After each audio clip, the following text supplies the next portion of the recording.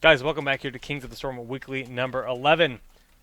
We're trying to figure out if we have a game here. Yes, so winner's side, the other side of the semifinals, they're in game number 2 right now. If that goes to game number 3, I'm asking the admin right now if we should hop into the rest of that series and cast the final game, or if we should just jump into a loser's game. We'll have an answer for you guys in just a second. We might even just go for a break. What is this? All right, so here's the plan. This is what we're going to do, guys. We are going to cast a loser's bracket game if the other side of the semifinals goes to game 3. If it's a 2-0, we'll just move right into winners finals. I think that's fair. All right. So are we hopping in? It depends. I don't think that game is finished just yet. I think that we can't hold them up, really. That's the problem. Custom for 2 minutes. That might mean that game 3 has started. Sounds like it. Okay. In that case, we're going to try to find ourselves a losers bracket match. C9 Vortex versus Murlocs. I think we'll try to get into that if we can. I'll let everyone know we're gonna. So Cloud9, Vortex, correct? Versus Murlocs Inc. Yes. Will be our game. That is correct. And we've seen these guys play. They're actually pretty evenly matched, honestly. It's a really. Yeah, the Murlocs they've established themselves as a top team, maybe even top 5. I think that's pretty fair to say for NA. For NA. Yeah, that's safe to say. Vortex has always been very solid.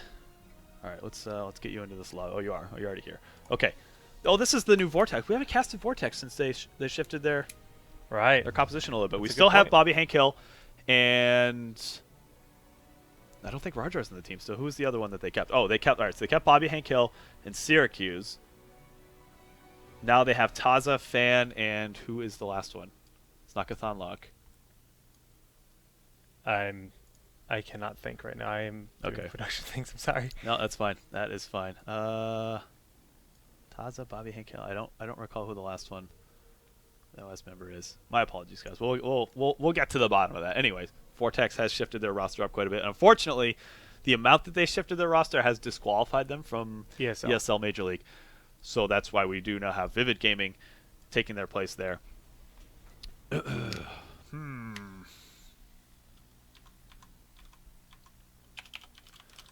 right, we just need to get that Stormcraft link. Oh, for some reason I thought I was under the impression they already drafted because we saw all the heroes selected, but so we are waiting on Stormcraft. Oh, that's good. We get to sit on the draft. For some reason I thought we might have missed it because this is a very last-minute decision here to hop into this game between Cloud9 Vortex and Murlocs. Just gonna check with them to see what the status of that is. Okay, actually I'm seeing up Caterpillar says. Okay, we do have a link. It's 4585. If you want to hop into that, they might be drafting right now. Okay, we will find in just a minute. I'll swap this over for you. All right. So that's fun. This is still a best of 1, guys. This is losers bracket. Of course, Cloud9 Vortex dropped their game to C9 Maelstrom in the team kill. Murlocs Inc. dropped. Actually, no. These are. Oh, Murlocs just got into losers bracket. We just casted that, of course. Tempo Storm took a 2-0 advantage over Murlocs Inc. And that's why we see them now here. They are playing in a best of 1. Still waiting on the teams to ready up in the situation, but So Fan, formerly on Barrel Boys, has shifted over. Taza was on Heroes Hype. Yeah, a lot of shifts here. So it's now Syracuse Fan, Taza, Bobby Hank Hill. I know, I can't remember who the last person is. Who's this mystery man in the middle here? Of course, what Kubi's talking about is our bugged out character selection screen. We're both on the same side of the lobby, so we can't mouse terrible. Over. Do I have the ability to see? Nope. Rip. Nope. Camera not available. All right. Okay. And Vortex has readied up for the draft. Murlocs is ready to go. Awesome. So we can bring that to you guys. Yeah, the draft will begin. Do we see the double support band? Do we see Illidan band, ETC band? These seems to be the common thread between these games today. Nice thing about Sky Temple is you don't really have to think about Asmodee too much. He's not very common on either Sky Temple or Haunted Mines. Probably his 2 worst maps. So that's something that's removed here. But that last game, we saw the last game we cast, we saw both teams with double support. And Yeah, it's probably the first time I've seen that. And the Rhaegar ban is here, so that will not be happening. I don't think we're going to see Lily Brightwing or something weird like that. But ETC ban? I mean, sorry. Uther ban? We have seen Rhaegar / Uther banned appropriately, so. Okay. We'll have to wait and see. 15 seconds on this pool before they go into their bonus pool.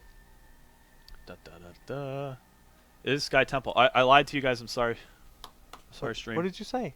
I said that all of these best of 1 games would be going to either Dragonshire or Cursed Hollow.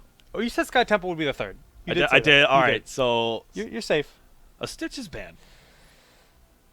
Interesting.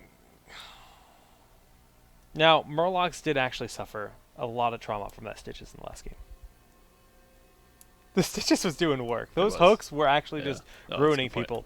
And this makes me want to believe that Murlocs is going to be leaning to either Gazlo again or Hammer. Vortex, okay, they pick up Uther. Uther or ETC I think would have been smart picks. I think Murlocs will grab ETC / some probably Mouth. They could first pick Hammer. They could. Hammer Mouth. They could do that. If that's what they're going for. ETC Mouth. Calling it. Calling it. I think it's those are 2 very, very sought-after picks. Or Nazebo could fit in there as well. I think it's smart to lock in. If they don't pick Mouth here, they're going to be up against Uther Mouth. It's true. They're going to be playing against I think Mouth has to be picked up. So if they don't grab Mouth, they need to already start composing a team that deals a lot of burst damage, which they've grabbed Illidan, so that could be Illidan Sonya. That would be cool to see. Illidan Nazebo, okay. So Vortex could grab...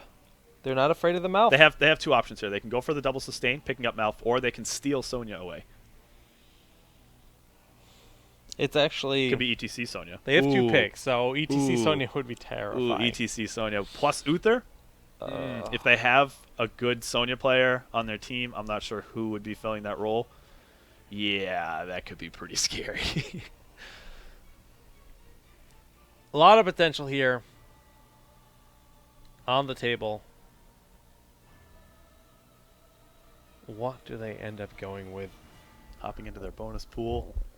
Also got to keep in mind the map that we're on. Yeah, for Sky picks. Temple. I don't think that the pick of either of those heroes, they're good on just about every map, right? So. Now we can't. You can't ever. Okay, do they go Tassadar Mouth? Do they? Yeah, they do. Okay. When I saw Tassadar, I was like, okay, they're going sustained. And I mean, in theory, that's triple support so far. So, of course, Tassadar is that Swiss Army knife. That's right. Now, Sonya is available for Murlocs, and that could develop into a very scary composition. They just grab it immediately. This is full-on dive for Murlocs. They're going to jump in. They're going to eliminate targets very quickly. It's scary. It gets scary real fast. So they don't have a support yet. I would guess Lily's jumping out at me is the best option. Presently... Over Brightwing? Okay, they're going to go for Brightwing. They could go Brightwing Lily. They could. They could. There's so much damage available to just between Illidan and Sonya. I prefer the idea of Brightwing Tyrande, personally, over Lily. Because of... Especially now that we see ETC. Oh, it is Gazlo. So I said that at the start. Okay, they haven't been discouraged from playing Gablo. Gablo. Well, that's Gazlo Diablo's son, of course. Gravel Bomb, if they can get the Gravel Bomb, Leap, Metamorphosis, Ravenous Spirit, kids are going to die. Kids are going to die. Don't care if you have double support. They're going to be dead. But that's a wombo, and, you know, how do you play? It's a very aggressive style. There is no traditional tank available. If you want to let these guys know. Oh, we already did. Gosh. 63768. Didn't even get that number right. Can't read. And, I have to swap out some heroes here. But that is going to be the draft. Let me write this down real quick because I was talking too much. Ba-ba-da-ba. How do you feel about these comps, Jake? I think it's going to be a cool game. I think both comps have a lot of potential. The double support style is real, but this divey Sonya is a response to that. It's something that's been invented. If they can out-heal through everything, you need to blow them up quick. And the Gravel Bomb follow-up with that Ravenous Spirit and then Illidan go into town is going to be real. But is Brightwing going to be able to sustain them well enough? Like, is that going to be sufficient here in this game? Yeah. Definitely going to be a blink heal style. I think. Yeah, I think you're but definitely we have right there. seen like a conversation where it's like they need the healing and they still go Emerald win. We'll have to wait and see what their choice is. I think blink heal makes the most sense. That said, let's get to introducing these teams. On the blue side, for Murlocs Inc., we have Caterpillar on Sonya, Mad Timmy on Brightwing, Spanker's going to be playing Gazlo once again, Clown on Nazebo, and Equinox on Illidan. Now the other half of the map, we do have Cloud9 Vortex with Uther, played by Bobby Hank Hill. Fan will be playing as Sergeant Hammer. Zix as Malfurion. He is that 5th member. Syracuse on Tassadar. And ETC Taza taking a nap. Just AFK real quick, no biggie. No biggie. Okay, so yeah, Zix, I forgot. He wasn't on a team for what I recall. I think he actually was on Glorious before it ended up disbanding really, really briefly. So that's what I was trying to remember. I was like, which of the members got swapped out of what team? But there was no team that he was really pulled from. I think you're correct. I think you're correct. Forgot about him from real quick, but I've heard some good things about Zixa, so looking forward to seeing what he can do this game. And the Triple Conjurer's Pursuit on the side of Vortex. Going to be interesting. They want that retention. The triple supports keeping their mana alive. And this is going to be interesting to see the Gazlo unfold once again. So the fact that we're seeing it back-to-back on Sky Temple means they really believe in this style on this map. That reduced cooldown for the towers. He's just going to be throwing as many little turrets down as he possibly can. This is best of one. That's a lot that they're banking on, this Gazlo, to get efficiency, to hold the game for them. We haven't seen very convincing Gazlo play yet. Not necessarily bad Gazlo play, but not enough to justify picking him in a competition. Right. Obviously, Murlocs has played him enough in scrims and said, yeah, we can make this work. So we haven't seen it yet, because I know Murlocs does a lot of scrimming, and I know that they wouldn't just pick this willy-nilly. They've made it work in the past, so we have yet to see it. Willy-nilly. Nilly. Look at that hot air balloon. That's how they let you know it's in the Sky Temple. Oh. Bribe picked up for Brightwing. Did you talk about that? You haven't talked about that, right? I did not talk about the Bribe. We talked about the shield, the extra shielding block. Shield dust, yep. Shield dust. That's seems to be the go-to. But now Brightwing has opted to go back to Bribe. We haven't seen this in some time. Not that we see Brightwing all that often. It's yeah. In terms of like the amount of games we said, it's hard to say which is better. Of course, with Pixie Dust getting nerfed, the shield dust talent is a little bit more. Sought out, and especially when you're looking at a hammer on the other team, maybe it does make sense to grab for your Illidan player. But in this case, I'm fine with the Bribe pickup because there's going to be a lot of Brightwing just sitting in this bottom lane, soaking these stacks as long as possible. That's going to give you the Bribe stacks, and then you can take some cheeky offensive giants with the Bribe. Already, though, these temples just being traded one-to-one for each team. In the middle temple, we talked about this, you get more experience because you're guaranteed to get that kill. And there's a slight experience lead on the blue team as we see. Yeah, and I think some of the top shrine ended up getting traded to the Murlocs side of things. So Gazlo, he got his work done. Equinox is not going to be able to. Does he have the evasion? Yes, he does. That's going to give him the shield. Just enough sustain to get out of that. All right. So Gazlo, he got a chance to set up. He had his towers down. Vortex was not able to contest. So we're already seeing a slight bit of a level lead. But as long as the Gazlo team doesn't fall behind, can make some use. He's obviously a very good jungler. We see him doing that now. He's going to cap those giants very early. They have a lot of jungle potential, actually, between Sonya and Gazlo. They definitely do. And Illidan. Like, they have an incredible amount of jungle potential. Then they have Bribe on top of that. So that's actually one of the things you can say, oh, why did they grab Bribe? They have so many other potentials. But they're just going to murk it up. They're going to try to control the map, and this is a map where once you have that advantage and you can maintain it and you can keep that pressure forward, you're going to be in a good spot to, hopefully take the game. I wonder if Illidan's actually going to cap this camp. He is. Okay, it's a bit early. Sometimes you see teams time it out so that the Merc camp is capped just as the bottom temple is popping up, because we know based on how the temples rotate. The next temple probably at about 4:35 minutes or so. It happens 2 minutes after the last temple falls, or as the ammo is expended.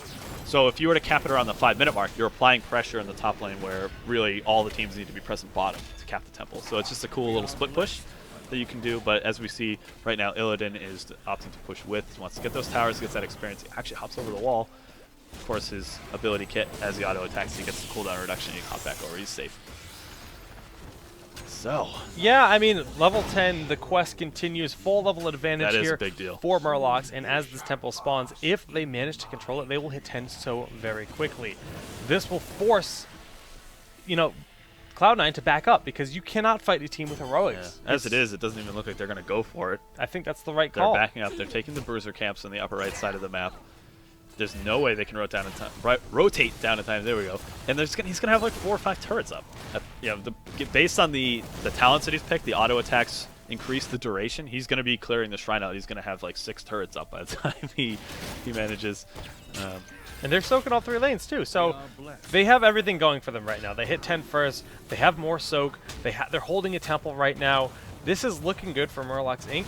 But is it going to be enough? Oh, this is cheeky. Is it going to be enough, though, once we have this double support style with their heroics? It's going to be, there's so much relying on them blowing up targets quickly with that wombo combo that Vortex has a bit of, not an edge, but a lot of potential to just get through fights. Picking up this boss This boss in is the a game, big deal. I really want to highlight how much teams avoid taking this boss. It was a really risky call for them. Yes, they traded the boss for the top fort on the Murloc side of things, but that boss it's free push. They have to go back to deal with it. and Gazla pushing with the boss too. You don't even want to. They can't. I mean, they're going for it. I'm not sure this is the right call. They do have all 5 members on the top line. Vortex does, and they're going to try to push in to get this keep. But with that golem pushing, I think they could probably leave Gazlo in the bottom lane. But no, he is going to Hearth back there. They're going to come up to defend this. They cannot lose this keep early. That golem will definitely get through the wall on the bottom lane for the keep for Vortex, and it's going to put a lot of pressure onto that keep. They want to prevent them from hearthing right now, and we see the heroic lift going in with that Illidan, the Metamorphosis, the Ravenous Spirit, just a lot of damage being done, but the double support is rolled with the Gravel Bomb. Not the Gravel Bomb, just a normal bomb. TNT gonna stop the heal coming out, and both healers do end up falling. Taza will follow suit. That is a 3-0, and the boss did get cleaned up by the towers, but the pressure has been done here. They also have Mule too, so it's not the worst thing in the world for them to leave it, but that fight was so huge. Equinox going in, just trying to apply a little bit more pressure, get Syracuse back up. That was a very convincing fight. They made a lot of use of that. TNT did a lot of work, especially buying time for the Ravenous Spirit to get a ton of hits off. Did so much damage. Be willing to bet that Nazebo is probably quite a bit ahead. Indeed, he is.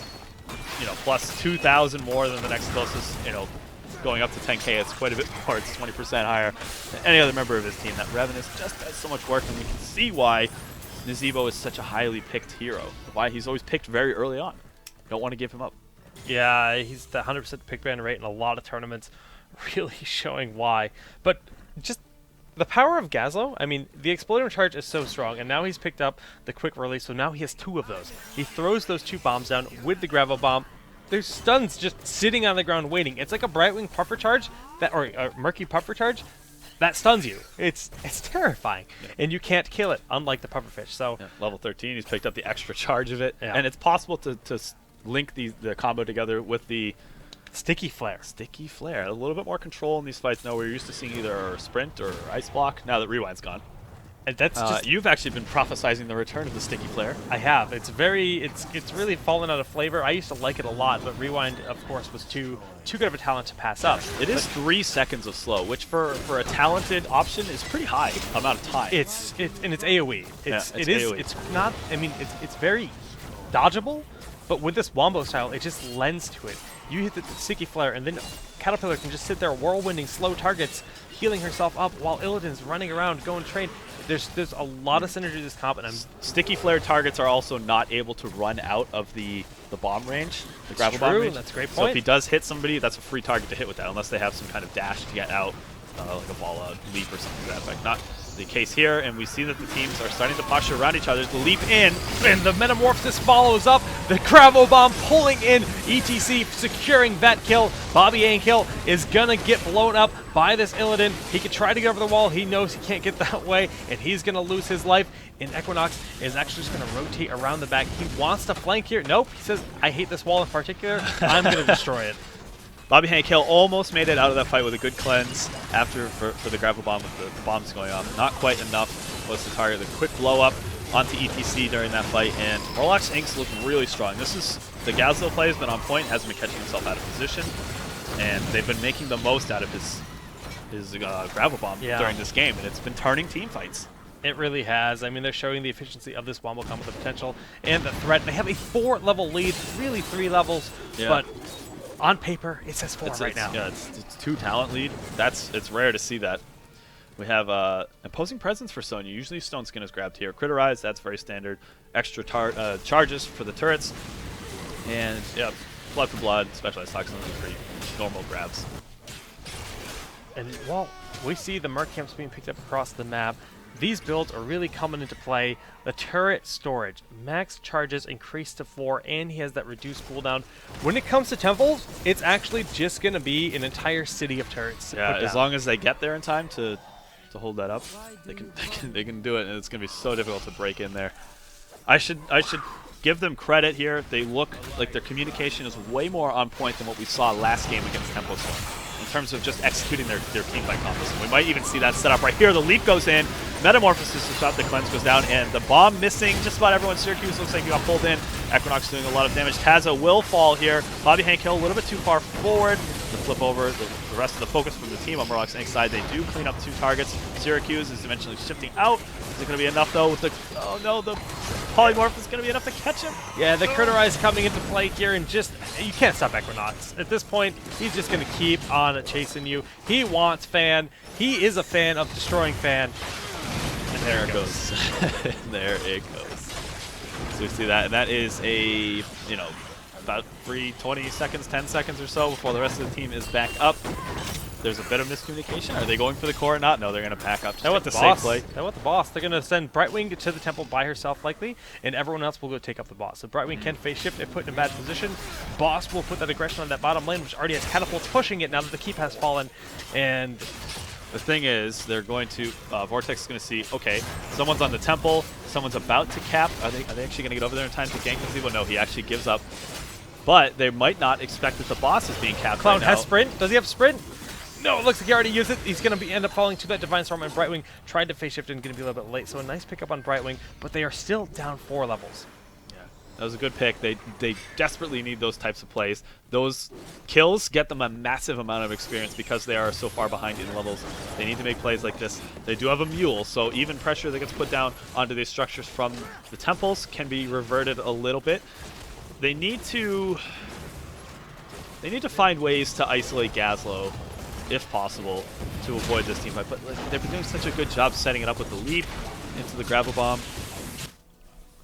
Yeah, they need to make sure they need to get better rotations, I think, and catching people off guard on the Murlocs Inc. side of things is how they need to set up these fights. Honestly, putting a lot of pressure on right now might be the way to go because they're down a member. It's the first time, other than in team fights, that they've lost anyone. It's true, but actually, it's the first time someone's died. They're still, yeah, that is the first kill on the side here for Cloud9 Vortex. The Mule trying to get a little bit of work done. I don't know if it's actually paying off in this game because the aggression has been so consistently successful on the side of Murlocs. 16 has finally been attained, though. This is a good point. We see the hardened focus on Uther just to get that extra set of heals. Extra minefield from Hammer. Double hardened focus. The minefield is confusing me. Usually you want to try to feed into that Nexus Frenzy, or I think they're too worried about sieging up in general with this leap, and there is the leap. The gravel bomb getting both Uther and Taza, and the Ravenous Spirit comes out to finish this cow off. He is going to be a stake. Nope, that stake lives till another day, and Illidan is just going to continue to dash on forward, doing what Illidan the barricade does. did so much work right there. They were able to keep, that might actually keep the rest of Cloud9 Vortex alive. I don't know. Their losses to 1. Equinox is quite a bit far forward from the rest of his team. And yeah, cuts the lot. That barricade did a lot of work. I mean, he's a professional gymnast, but that hurdle was just too much. Was way too much. Was too much. And we see them coming back to try to put a little bit of counter pressure on, but they're down a member right now. They're missing one of their healers. And yeah, they need to make a play here because if Murlocs caps both of these temples, that's game.